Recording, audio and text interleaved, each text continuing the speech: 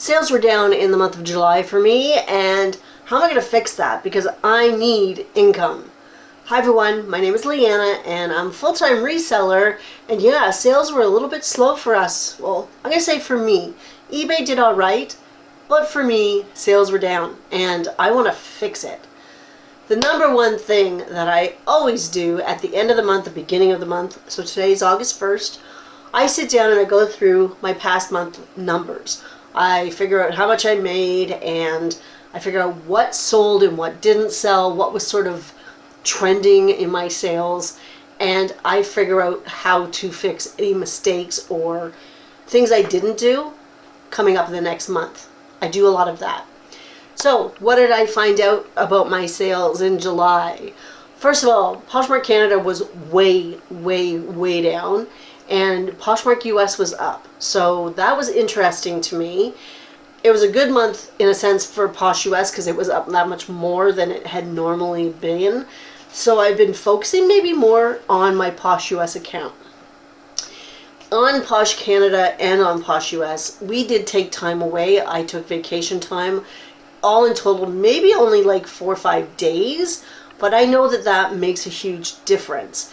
And it was sort of like we came back and it was on a weekend, and I think we lost a really good weekend of sales, and that made a big difference in my overall monthly goals. That's fine. In August, I have no time off planned in that sense. There's no vacations, no camping, no nothing coming up, so that I can hit the month sort of hard, hit it at a running speed, you know? So that's good. That reassures me right then and there. The next thing that happened in July is I wasn't listing nearly as much as I normally do. I normally list between 150 and 200 items every single month, and I barely made it over 100 this past month. So that makes a difference there, I think. I am a firm believer in listing consistently, whether that's 10 every 2 days, 5 every day, 30 every 3 days, or whatever. Listing consistently, I think, actually really helps your closets, and it's something that I fell behind on. So my goal in August is to list at least 5 a day or 35 to 40 a week in order to get those listings up. That's a goal I can do. I know I can do it. It's something I would normally do, and it's just something I didn't do in July. What else? Sending out offers. I really just dropped the ball on sending out offers, and I don't know why. At the beginning of the year, I was using the My Shoppers and the bulk send out offers, and it was working really well for me, and I stopped doing it. Like June and July, I just stopped sending offers, and I don't know why. Excuse me. Okay. I just stopped sending offers. So for the month of August, I am designating 2 nights a week, you know, like a Monday and a Thursday, or a Tuesday and a Friday, whatever it is I decide. I'm going to be sending out OTLs, and they're going to be good discounts, like maybe 20% the first one and 30 to 35% the next one, to kickstart some sales, because I want to get some items out of my closet, get them sold, and get that cash flow happening so I can reinvest in my business. That is what the goal is. Again, this is just something I stopped doing for no reason. So I need to get back on the doing it kind of bandwagon. Another thing that I will be doing, and this is something that I started to do in July, I notice what is selling in my closet. What category is selling the best? What am I getting the good brands on? What am I getting the good sales on? And for me, in the month of July, it was shoes and bags. I did really well in those categories. So going forward into August, I am going to focus a little bit more on footwear and bags, because that is what's selling for me right now. I'm very sorry about the water, but I've been battling, like, I don't know if it's allergies or just a cold, and I go to talk and I cough, and I'm trying not to cough. Anyway, shoes and bags are selling really well for me right now, so I sort of want to niche down and focus just on getting those items, and I think that may help my overall sales. for a couple of reasons. Number one, it is absolutely selling for me, so it should continue to sell. Pardon me. When you niche, and I don't necessarily recommend niching really, really small, just because I like to have a variety, and I think it's better to have a variety of items in your closet. But when you do sort of focus, when you go sourcing, you're focusing on one area of the thrift store. So you can source a little bit faster and a little bit easier. And then when you are packaging with your sales, you don't need to be searching for this size or this packaging material or that. It's all basically the same. Like for me with shoes and with bags and purses, usually it's one or two sizes of box, because yes, I put my purses into boxes, and some packing paper, and that's about it, you know what I mean? So that streamlines my business, which makes the routine that much better and easier to do.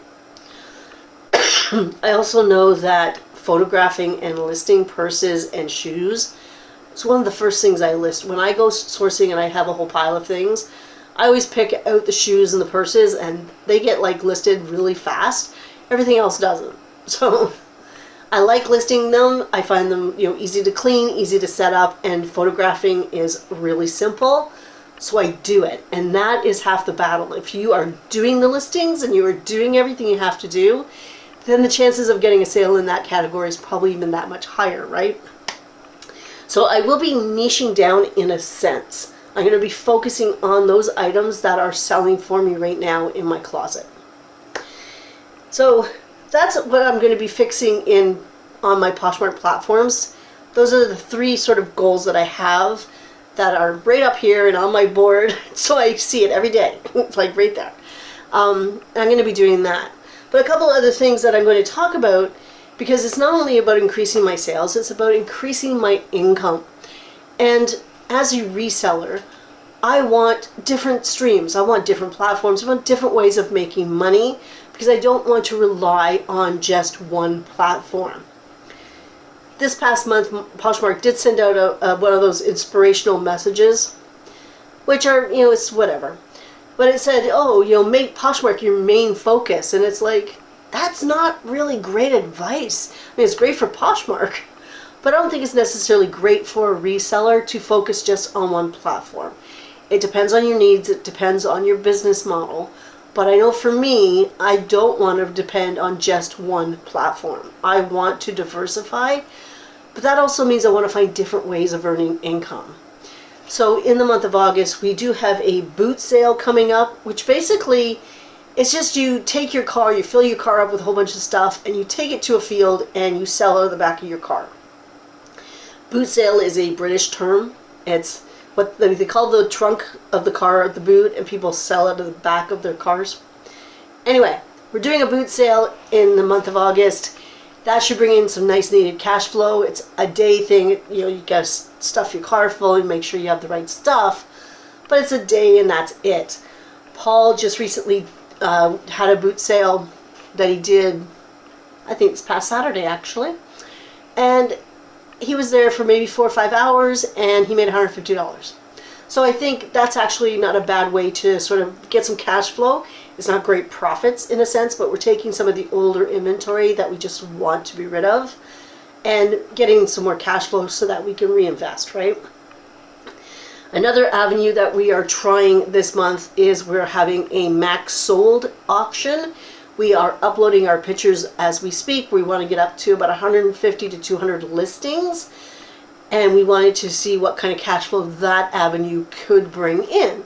It could be lucrative. It could just be a little bit of money, but we wanted to try it out and see if it would be a viable way for us to make some more income. Because I think that's the name of the game. It's I want income from here and income from here and from here and from here and from here. And actually, the less work I have to do to get that income, the better. So I'm also trying, I'm trying the stock market, because why not? I don't have a lot in my account because I didn't want to risk a lot, because I'm very new to the markets. And so far so good. I'm making a little bit of profit, which is really cool. It's kind of fun to watch it. And right now it's relatively risk-free because I did not invest a ton. I invested just a little bit to try it out. But eventually, I would like that to be part of my income. You know, I want dividends and I want sort of that passive income. I am also, excuse me, tickle, I don't know. I'm also looking at, you know, remote jobs, maybe finding something that I could do some data entry or something like that. Part-time, do a few hours a week just to have that little bit of extra income that's a little more reliable than selling things online. I know that for me, being the age I am and being in the position I am, I mean, I still need to earn money. And that need is there to earn a certain amount. But you know what? I have plans. I have goals that I want to achieve in the next year. And in order to do that, I need to have more income and more reliable income. So more income that keeps coming in, you know, all the time, as opposed to, oh, you know, my sales are here this month. Oh, my sales are down here this month. So I need some continuity, you know, consistency. And that's what I'm going to be looking at in the month of August to see if it's a viable way for me to have some more income. And I will absolutely keep you posted. And I will tell you what I find out about some remote jobs. Because I honestly, my time is my own. I don't want to go out and get a part-time job because then I'm at the beck and call of whoever I work for. And I don't want to do that. I never want to be able to do that again. You know, I want to be able to take an evening off if I can. I want to be able to, you know, like this past week I had a cold or something kicked me in the butt, okay, just a little bit, and I could take the morning off and sleep, or I can, you know, okay, I've worked for an hour, I can go nap, and I didn't have to ask permission to anybody to take that time off. It's just like, nope, I'm feeling like this, I am taking care of myself. So I'd much rather have something that I didn't have to, what's the word? Here I go again with my words. I don't want to have to report to anybody except for me, you know? So I will keep you posted on that and see if it's a viable, you know, another stream of income. I'm also, you know, I'm working on my YouTube, which eventually may be another small source of income, which is something I'm looking forward to. You know, I'm enjoying doing the YouTube. I look forward to thinking up of, you know, content ideas and whatever. You know, it was a little bit of a struggle for this one because I was like, I went from, I'm going to do a what sold to, no, I'm going to talk about niching down, or is it a good idea to niche or what? And then it was like, whatever. And it evolved into how am I going to fix my income for the month of August. Anyway, that is it for today. If you are liking this content, please give me a thumbs up. And if you are not subscribed, please subscribe. I will be uploading in the month of August, Monday, Wednesdays, and Fridays again. And that's it. I hope everybody has a fantastic week. I'll see you in the next one.